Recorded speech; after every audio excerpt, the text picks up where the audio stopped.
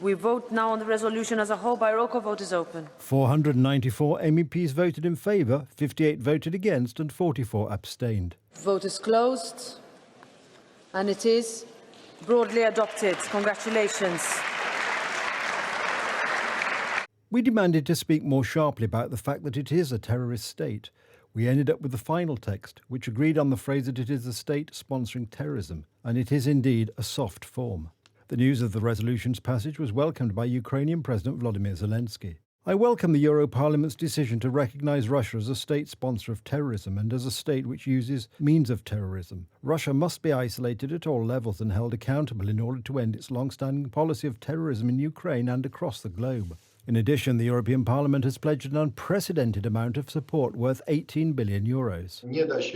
It is impossible to create funds for Ukraine out of nothing. They can only come from member states' contributions. This proposal that has been made is, in my opinion, a good one for the European Commission to make the commitments that are guaranteed by the states, and the European Union will later repay these commitments, but it will also take time.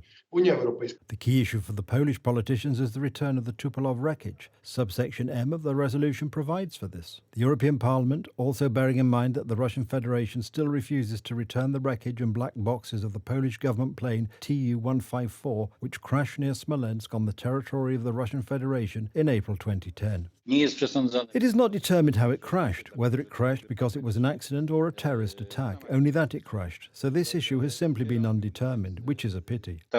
On the other hand, former British Prime Minister Boris Johnson, in an interview with the Portuguese-language version of CNN, spoke about the reactions of representatives of various countries to Russia's aggression against Ukraine and accused the German government of being an advocate of Ukraine's swift defeat. The German view was at one stage that if it were going to happen, which would be a disaster, then it were better for the whole thing to be over quickly and for Ukraine to fold. However, it has taken 10 months for the European Parliament to recognise Russia as a country sponsoring terrorism. This is the first time that the European Parliament has taken such a broad approach to a state that sponsors terrorism, because what is written there is such an overview of Russia's actions, starting from the 24th of February, but going back to earlier terrorist offences committed by Russians. Resolutions of the European Parliament do not have the force of law and only express the position of the European Union. They do, however, provide guidance to member states in making key decisions.